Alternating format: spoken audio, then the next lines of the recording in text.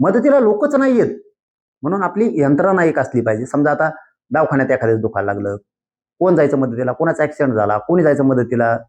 समजा आपले पोरं बाहेर शिकायला आहेत, पोरी बाहेर शिकायला आहेत, त्यांना अडचण आली, मदतीला कोणी जाणार? इथून आई-बापानं जायचं तिथपर्यंत.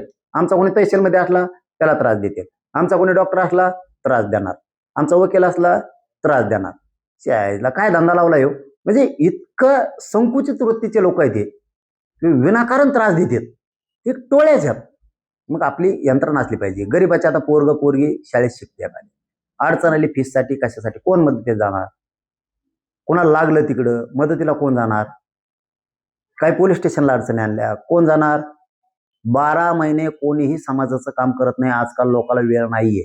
स्वार्थ सोडून, स्वतःचा व्यवसाय सोडून, धंदा सोडून, काही नोकरी सोडून काम करायला वेळच नाहीये. मी 24 तास त्यांच्यासाठी लढतोय. 2.5 वर्ष उलटून गेलेत आता. इतकं खरंच सांगतो मी, माझी पाठ थोपटीत नाही. पण 24 तास समाजासाठी 12 महिने कोणीही करत नाही. आपण आपल्या कामं बघून करते. मी त्यांच्याच आयुष्यासाठी रात्रंदिवस झटतोय. मग 1 वर्ष जर मला सुट्टी दिली ना, मी समाजालाच विनंती करून सुट्टी मागितली की आरक्षण आता मिळालेच, राहिलेलं पण घेणारच आहे मी. म्हणजे आरक्षण विषय संपला हे विषय मी अजिबात म्हणत नाही. कारण हैदराबादचं गॅजेट निघालंय, 58 लाख नोंदी निघाल्यात, मराठा समाज भरपूर आरक्षणात गेलाय, राहिलेला पण घालणार आहे मी, 17 संस्थांचं गॅजेट पण घेणार आहे. काय ठेवत नाही शिल्लक.